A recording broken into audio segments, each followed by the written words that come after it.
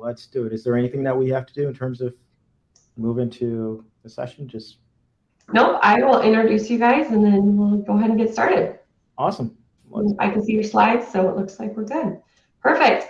All right, well, welcome everyone. I'm Brandel Umprich, and I'm the Director of Salesforce CRM and Data Operations at the University of Iowa Tippie College of Business. I'm also a member of the Higher Education Advisory Council.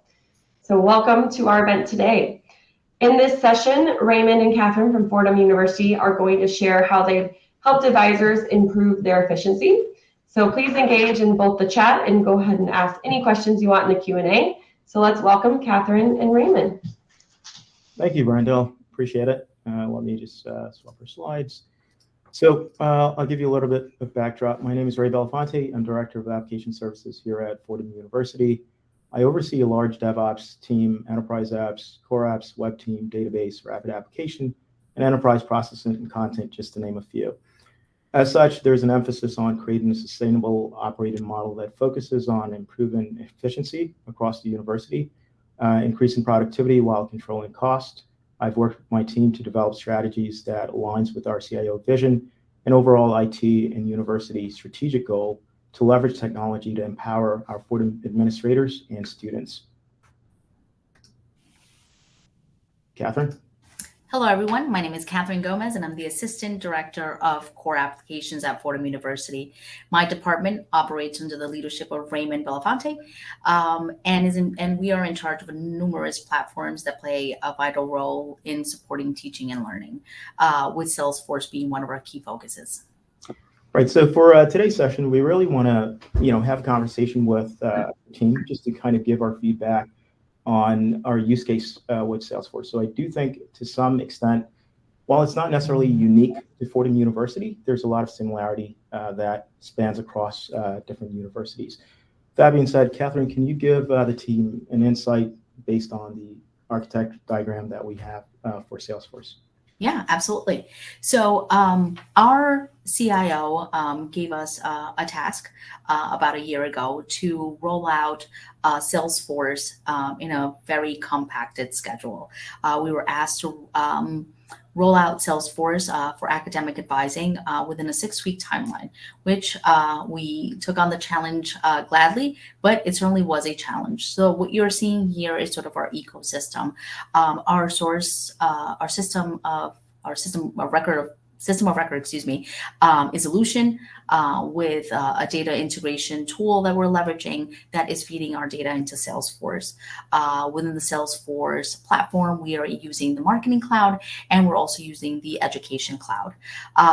We are leveraging Form Assembly to create midterm progress reports that go out to our faculty to identify any students that are possibly at risk.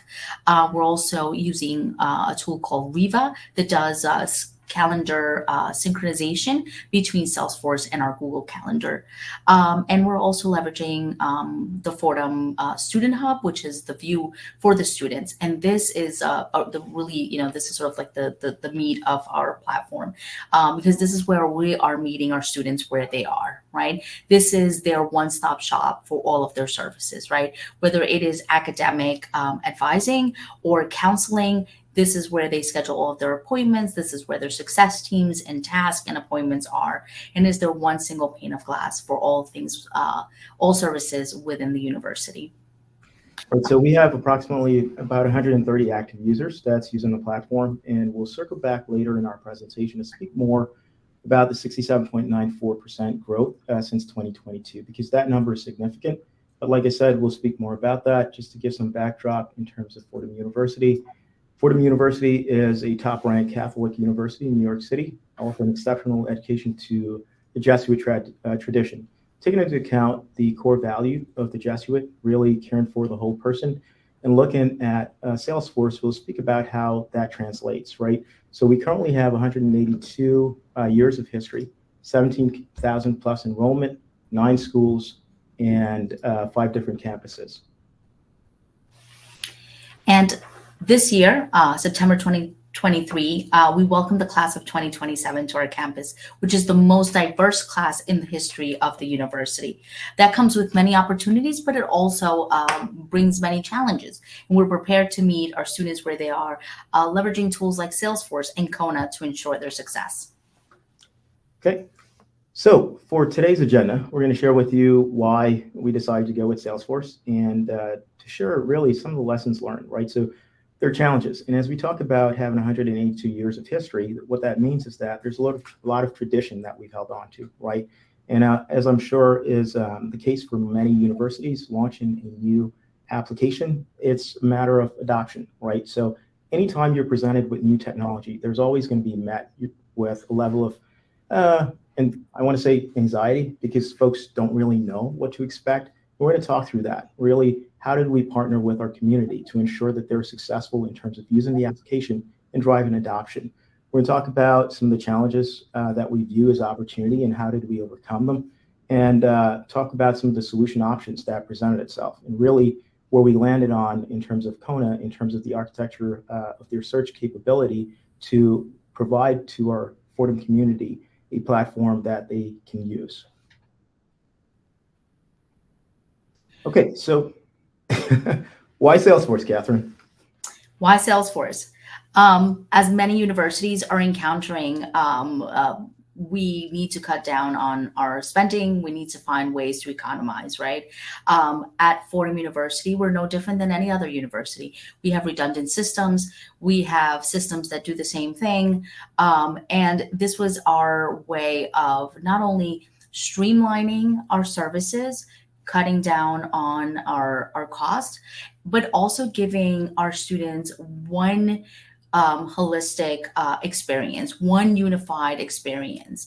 What you'll see later on is that we previously had an application for advising. It was a great tool, but it did not receive the adoption that we expected. So therefore, every single one of the colleges, as Raymond previously mentioned, was doing something different. So each student had a different experience. And what we wanted was to unify that experience for all of our students.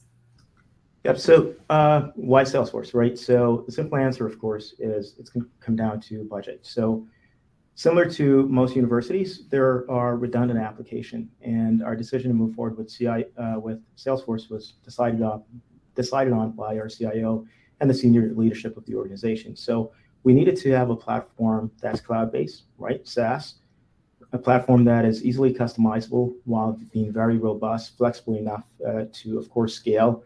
Automation, of course, is important, security, and making sure that the UI is very intuitive enough that you can drive adoption to the community to actually use the platform, right?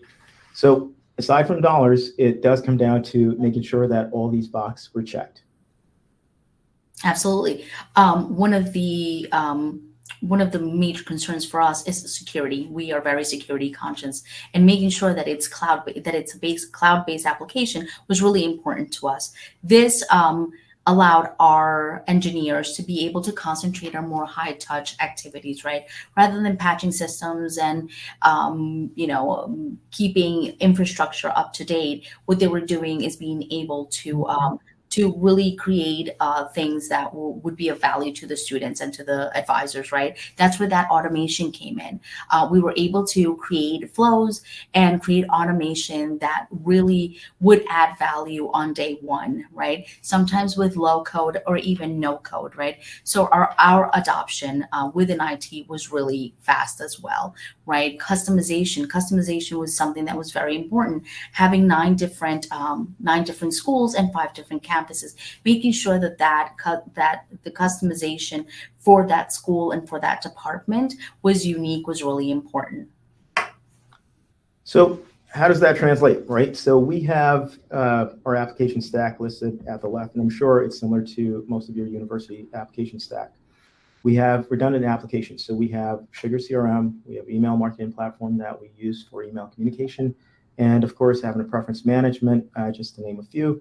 So consolidating all of that into one application, it's key. And Salesforce provided that for our university and our community. So we were able to save at the same time, not necessarily losing, in terms of features and functionality, to be able to translate or transfer that over to the platform and provide the same functionality and features to our end users, while of course having a platform that is very robust. We'll speak a little bit more in depth about the data collection and the security later. Katherine? Yeah, absolutely. As we're talking about resources, right? One of the things is that our team is now able to become true experts in one platform, right? Our attention and also our expertise was divided between, three different marketing platforms, a CRM, and it's a very, very complex environment, very complex, highly customized. And we are at a point, we keep talking about resources, right? Whether it's money, whether it's human capital. But one of the things here is that we really were hamstrung by, some of these vendors, right? Where we would have to constantly be going back to the well to have them make modification because it was custom code, right? And then going back to that previous slide, this really does allow us to be self-sufficient, to be able to do that automation very quickly. So our turnaround time for changes is very, very fast. All right, so talking about some of the challenges. So I attended a retention meeting, and after we've built, and of course, this new application that's so robust and so user-friendly, it's now putting it back in the hands of the end users. So empowering our administrators to leverage the platform along with our students. Now, we think we did a very good job in terms of building it out, customizing it. Now we have a platform that is ready for use. Our administrators went in and they shared in a retention meeting that we're having a little bit of a challenge trying to find data that we need to really meet our students where they are. And considering that we're Jesuit University, holding true to the Jesuit, value, cura personalis, really caring for the whole person, how do we do that? So one of the things that they shared is that we're not able to get the data that we need, so we need to be able to pull that out of Salesforce very easily. So we're going to talk about how we overcome, those challenges, how we viewed it more of an opportunity, while maybe at the time we never necessarily saw it that way. So one of the challenges we're talking about is redundant application, optimizing data usage, and balancing security and convenience, and reporting functionality.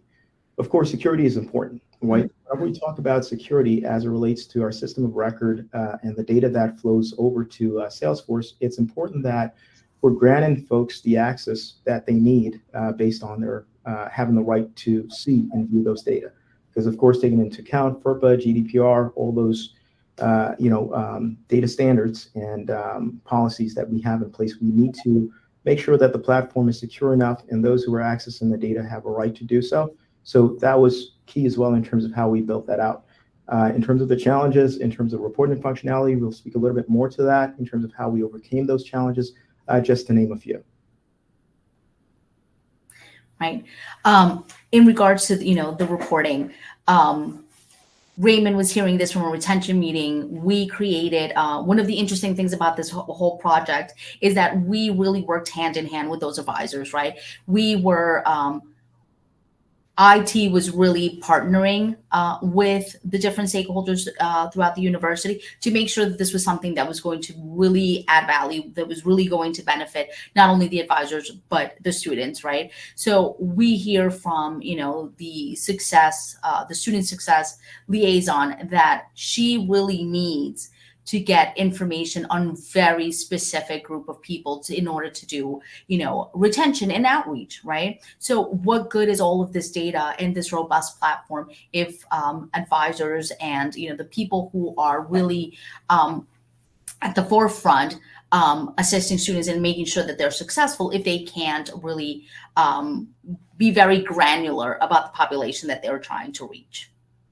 All right, so we built this cool car, and now we're handed over the keys, and the end user is saying, well, it doesn't really function the way that we want. So that was one of the challenge. And, we have all this data. How do we leverage it? Really, because if you have all the data that you're collecting, it's important, especially in today's day and time, to make data-driven decision and put the data in the hands of the decision maker so that they can make an informed decision. So we're going to share with you our numbers in terms of appointments, comparing the number of appointments that we schedule for advisors. It's 15,469 currently in our platform. That says a lot, taking into account that we took a 6-week turnaround time to create an MVP, to launch this new application. It's been less than a year, and we've scheduled a total of 15,469 appointments so far in our platform. This number is significant. This is a very significant number, Raymond. This means that the cool car that we built is actually running and it's being used. It's being used heavily.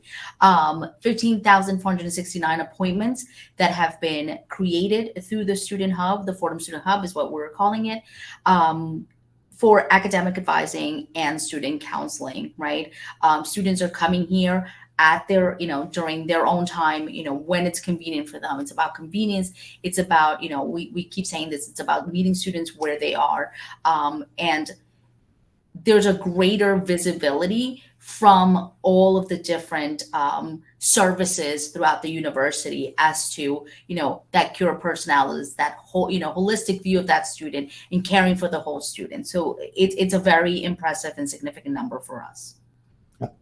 So we're going to talk about the solution option. So let's kind of go back for a minute to talk about the challenge. So here it is that we have all this data in Salesforce, and I'm sure it's similar to a lot of your institutions that's out there. And how do you leverage the data that you have to put it in the hands of, let's say, the advisors to be able to pull and quickly identify, okay, how do I know all the students that are currently need some level of intervention, whether it's academic or otherwise, the level of support that we can provide for them.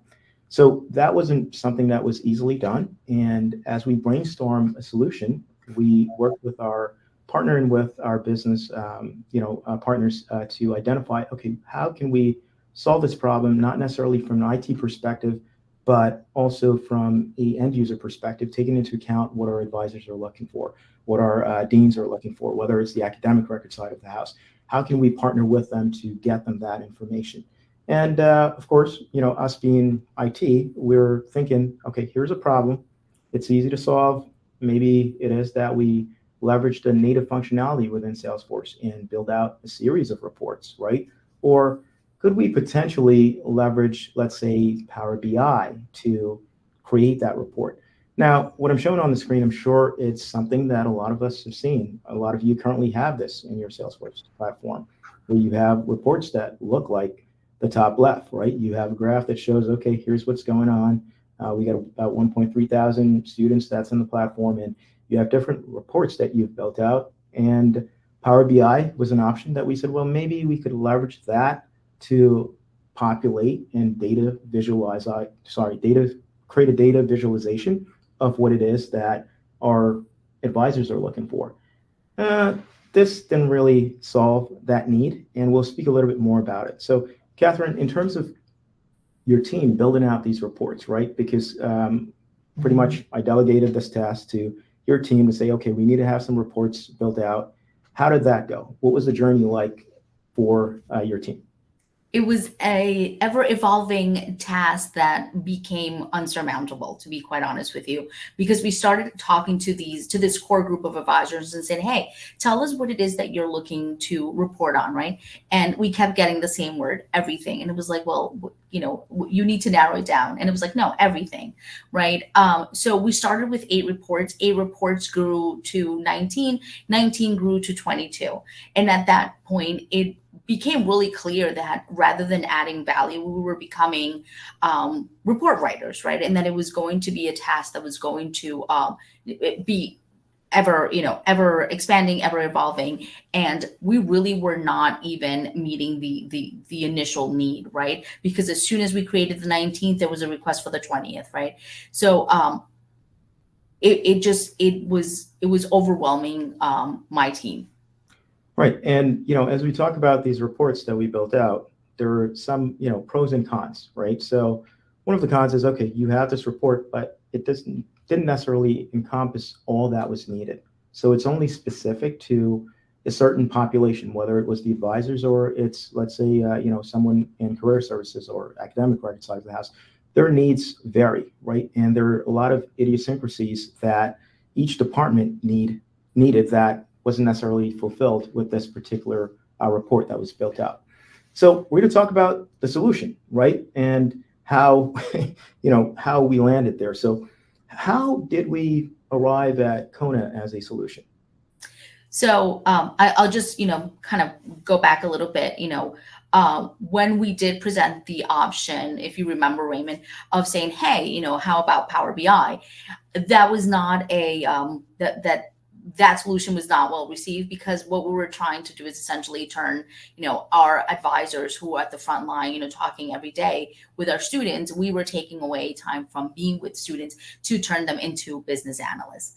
So that was something that we certainly did not want to do, to take away from that valuable time. So coming back to this, the solution comes back to coffee beans, and I'll explain more about that. But something to keep in mind here for vendors, swag matters, because that's what caught my attention.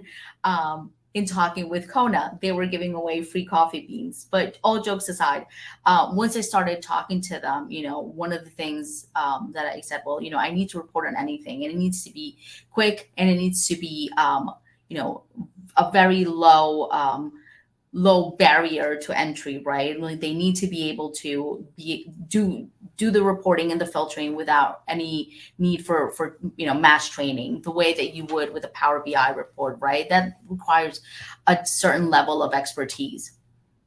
We wanted something that was quick and that sort of looked and felt a little bit like what they had previous. There came in Kona. Right. So a lot of this, of course, initiative really, I think, somewhat centers around a student-centric application, and a lot of what we're doing, especially at our universities, centers around digital transformation, right? So leveraging the low-code, no-code solutions that end users can use to basically go in and do what they need. So when we had this conversation about Kona, and Katherine shared, hey, I ran into this vendor at the Salesforce conference, and maybe they're worth looking into. Our initial conversation, I'm sure, like many of you, our approach is a little bit skeptic, right? Because here it is that we have a solution and application that we know. Power BI we've used as a reporting tool right across the board. As far as data visualization goes, as far as Salesforce native functionality of the reports, that we know. Here it is that we now have this unknown potential solution that could solve our problem. We're on a very tight timeline to get this up and running. So we started this conversation, and it was kind of twofold. So while we were having this conversation with Kona about the potential solution, we still had our team in the back end looking at, okay, how do we pull data out of Salesforce to allow for the advisors to get what they need? We needed something that had a very powerful search, right? Something that was very efficient, something that was easy to use, very intuitive, right? And this was pretty much the scope. So as we're talking with our advisors, they're sharing, we want the ability to filter on every data points. And of course, Katherine and I joke about this, and even with our, project management team, we're having this conversation and said, well, they want the ability to filter on every data point. All right, so let's take this back. Maybe it is that, okay, if we had to pick your top 10 data points, what would they be? And the answer that we got was, we want everything. So here it is that we have the Salesforce robust machine. We're collecting all this data point, and our advisors are saying we want to filter on all of them, because it's not just one thing, right? And every use case is different. So we tried out Kona, and we've had this conversation with them. And when we shared with Kona that we want to have the search, and here's our criteria, I said, yeah, we can go ahead and do that. Katherine's expression was the same as mine. We'll just see about that.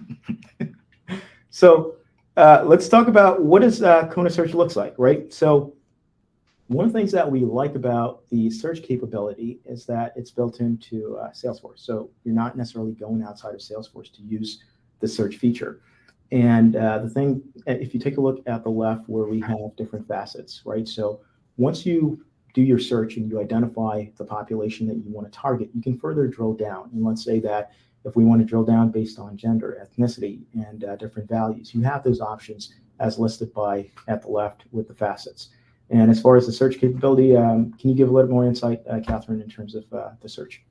Yeah, absolutely. So one thing that I want to highlight about this page is that in bringing this to the advisors, we also built rapport and trust with them, right? Because we were able to very quickly, thanks to Kona, turn this page around from almost a couple like a week POC into something that was production ready, and every single field that you see here was brought to this page with the advisor's input, right? Based on all those use cases, based on the different filterings that they would require, and the facets on the side that give you, that big picture that then you can start to slowly drill down into that population that you really want to target, right? And whether it's emailing them, communicating with them, adding a task to them, this really allows you to do it all with very, as it says, filter on anything, instant automations, and most importantly,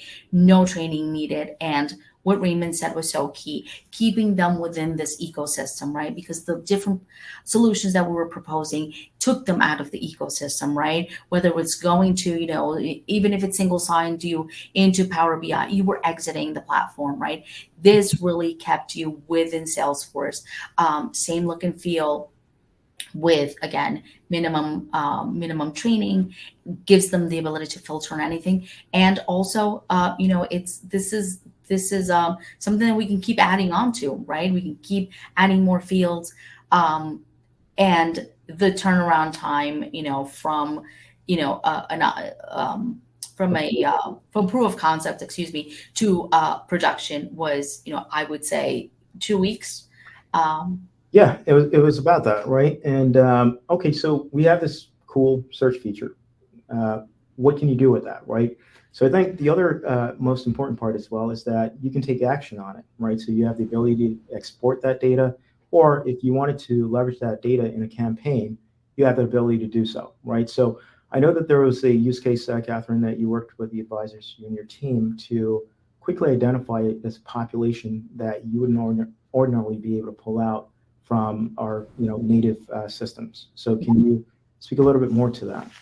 So as you mentioned, we can assign tasks. We can create, if you want to manipulate it, in another application, whether it's Excel or or Google Sheets. But it really does keep you within this ecosystem. So the use of Kona started becoming very, very wide, but it was organic in that, as I mentioned before, we have various marketing platforms. And within those marketing platforms, we've never been able to get a particular population for a department. There are it's a particular department that works with a very specific population. We were able to get that population through Kona. And because we were able to provide this population, they immediately said, well, we'd like to leverage, Salesforce and be in that ecosystem, right? So even, through Kona, we're getting departments wanting to start using Salesforce. Right. So while we're not experts in terms of how the Kona system works, we can give a very high-level overview. So, of course, taking into account security and GDPR compliance, meaning that the data has to live within a certain location. The way that Kona has it built out is that they index our data from Salesforce, and that's refreshed every 10 minutes. And if you have data that's outside, let's say if we wanted to have a data pull from Banner that we also want to filter on and have a search built out on, we have the ability to do so. In terms of redundancy, they have a very great, redundant backup between, Amazon and Google, and we'll talk a little bit about that, because in terms of maintenance, one of the most important things for our team, especially for our, Fordham community, is that we have 99.99999% uptime. We want to experience zero downtime, right? And the way that this is built, we can ensure that our stakeholders are able to not experience any type of downtime if there's any type of maintenance, which is really important. Absolutely. So one of the things here is that the data is indexed every 10 minutes. And if you could see, it's they're leveraging AWS VPCs, and they have one in, the Americas, and they have one in, the Asian continent. There's another one, but there's a lot of redundancy within these applications, and even within that redundancy within the AWS VPCs, you also have redundancy within clouds because they're also leveraging the Google cloud platform. So not only are you seeing regional redundancy, but you're also seeing redundancy within actual cloud platforms, right? So a great deal of stability, and also the fact that the indexes happen every 10 minutes. So your data is going to be refreshed very, very fast. Right, so how do we quantify success, right? And looking at our numbers in terms of when we had the old system that we were using in terms of for advising and for handling our student-centric activities. We've noticed when we compare our most busiest month, of course, being October, where a lot of things are happening then. You have registration, you have ad drops, you have students that's reaching out for some level of advising. We've compared, which is the month of October. When we take a look at that month, the month of October, and we did a year-over-year comparison, we noticed that there was 165% growth. Now, that's significant. Right, Raymond. So as we mentioned before, we have 130 advisors on this platform and over 13,000 students. So during our first phase of the deployment of Salesforce, we did our first year students, and then 3 months later, we did our entire undergraduate population. So that means that all of our colleges and our entire undergrad population are leveraging Salesforce for their academic advising or for some other type of counseling. So that is a really significant number for us and something that we're very proud of. Right. So a lot of you may be a little bit skeptic about that number, saying, well, that's a month that you're comparing to see how the growth and performance is within Salesforce. Let's go to another number, 67.94%. That's a month-over-month increase in terms of appointment that has been scheduled with our advisor. And a lot of it really centers on the customization and the ability of the advisors to use the search functionality to be able to coordinate, reach out to students the way that the Fordham Hub is built, where really it's user friendly, and it doesn't really require for the end users to do much clicking to get to the information that they need, right? And they can quickly reach out to their advisors, schedule an appointment on their own time. That was one of the most important things for us as we built out this new platform. Right, as we discussed customization, we've deployed the Fordham Hub in less than a year. And since our initial deployment to now, we've actually done a second customization of our student portal based on the feedback of our students, right? They said, we like it, we use it, but, we would like to see this, right? So since then, we've made some customizations, and that's only possible because we are not dependent on a vendor. We are, we can be self-sufficient and make those customizations very quickly and turn around the requests from our constituents really fast. And I do want to highlight the point in terms of what really has led to what we qualified as our success with this application, and that our CIO has also shared that in terms of his vision being realized, is that it's a partnership really with our business partners across the university. And while we're in IT, a lot of times there's a tendency that IT is strictly focused on just the numbers or the data. It's a little bit more than that. And when we're able to partner with our business partners in our community, we've learned a lot in terms of their business processes, right? So while we can understand, okay, getting this data out, we now understand the reason why they need that data, right? And as we work to build out future solutions, it puts us in a much better position to understand their needs and to be able to meet not only our students, but our administrators where they are. And as we learned and we partner with them, we're able to better look to the future, right? To bring in, chatbots and, different, to scale with Salesforce, and leverage that scalability. So the partnership has really helped make a very cohesive relationship, within IT, within provosts, within advisors, within students. Yeah. So what's next, right? So we've done what we've, from our perspective, good job in terms of meeting this need. So there are other future projects, right? So it really doesn't stop there. because as most of you know that, okay, you've checked the box on this, you're now on to the next thing. But it's not that you're just on to the next thing, but you're also taking into account the lessons learned. So for us, one of the next move for us, of course, is we'll talk a little bit about prestigious fellowship, but even migrating away from our redundant application and moving that over to Salesforce, and also leveraging the marketing cloud for future email campaigns and so forth. Right. So there's a lot of future work that's coming for us. As Raymond mentioned, consolidating on those multiple email platforms that we mentioned, we're going to be able to give our students, one look and feel for our IT staff, the ability to really become subject matter experts on one platform, and also be able to be self-sufficient, right? Because as I mentioned, our current CRM, with our email marketing platform, we are very much dependent on those vendors to make customizations for us, right? So again, being able to turn around and add value very quickly. I mentioned that during our, first and second phase, we brought in, our first year students, and then our, the entire undergrad population. We're looking to bring in all of our graduate students. So our populations are growing, our users are growing, and the value that we're adding is obviously growing, especially as I mentioned before, with this very diverse, 2027 class, comes, unique challenges and opportunities that we are able to meet, leveraging these platforms.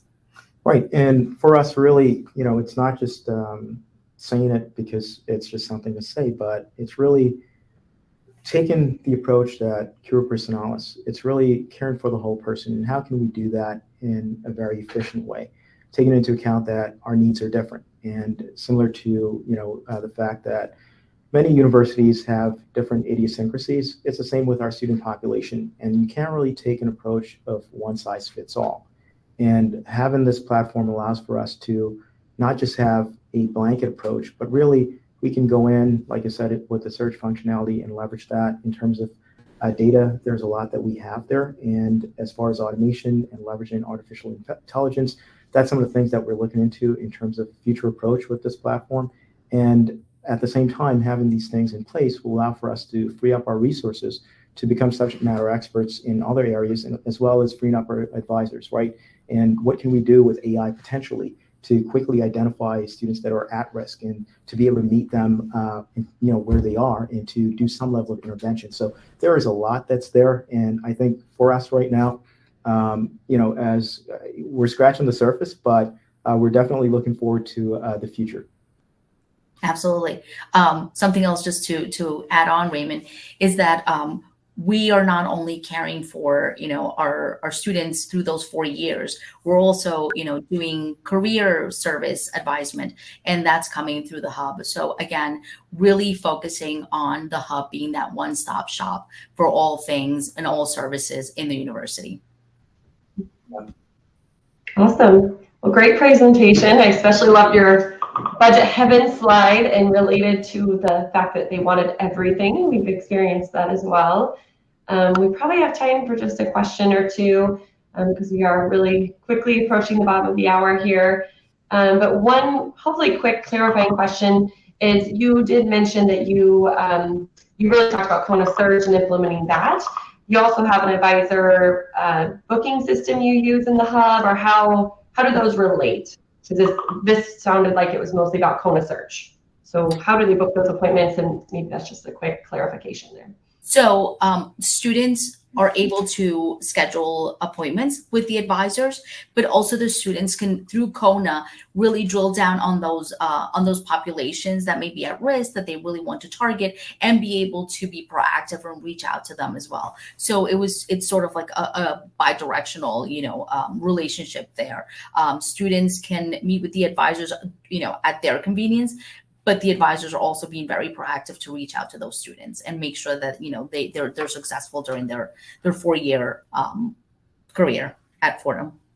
Okay, gotcha. So there's a different place to schedule, but this tool allows the advisors to really kind of target the people they want that maybe haven't done their appointments or need some extra Exactly, right. Yeah. So that was one of the examples, right? Like I need students who are first year but have a 2.0 GPA who are not residents, who are I don't know, first generation students, right? And it's like, okay, well, you know, given all of these factors, like how can we help them? Is it because they don't live on campus? Is it because, like, what are all the factors that are playing a part in them not being successful, right? Or as successful as they could be? And how do we do that intervention? So those are some of the questions that, you know, kept coming up. Gotcha. We'll eat into the break just a little bit for one more question, which is kind of most popular questions. Can you share a little bit more about that 6-week implementation? What did that look like? For example, I'm curious, did you already have the requirements gathered? So this was really just the build, or did you start at the very beginning and really do this quickly? I definitely want to preface it by saying that our CIO did share that this was a very aggressive timeline, right, for implementing a new application such as Salesforce. So we took a phase-based approach. So having the requirements and meeting the immediate need, we started with the first-year students and we moved them in. So it wasn't really globally. It was very strategic in terms of our approach, in terms of executing on it, just so that we're successful in long term. And I have to say that it was very smart because it sort of like, it got people talking about it. It's like, oh, well, the first year students are using it. I like to use it, right? So it really piqued people's interest in saying, okay, well, we really want to be in. So by the time we were rolling to, you know, the entire undergraduate population, graduates are knocking on our doors saying, hey, we want to be in there too, right? So not only was it strategic, but it was also very, you know, very forward thinking. And so now we have more requests than we can actually meet. We have resources to meet, but it's a good problem to have, right? And I think that that says a lot about the application, about the platform as well. It's great adoption, and it's great when your users are, you know, encouraging others to do it. So it's a good sign, good problem to have. But awesome. Well, thank you, Raymond. Thank you, Katherine. It was great to learn from you. And just kind of a reminder to everyone, go choose your next session and make sure you're kind of doing that. Also today, visit your sponsors in the expo area and try to figure out which roundtable you want to join later on this afternoon. So kind of keep looking through that. We're really glad you're here, and we look forward to the rest of the day. Thanks again, Raymond and Katherine. Awesome. Thank you for having us. Bye-bye.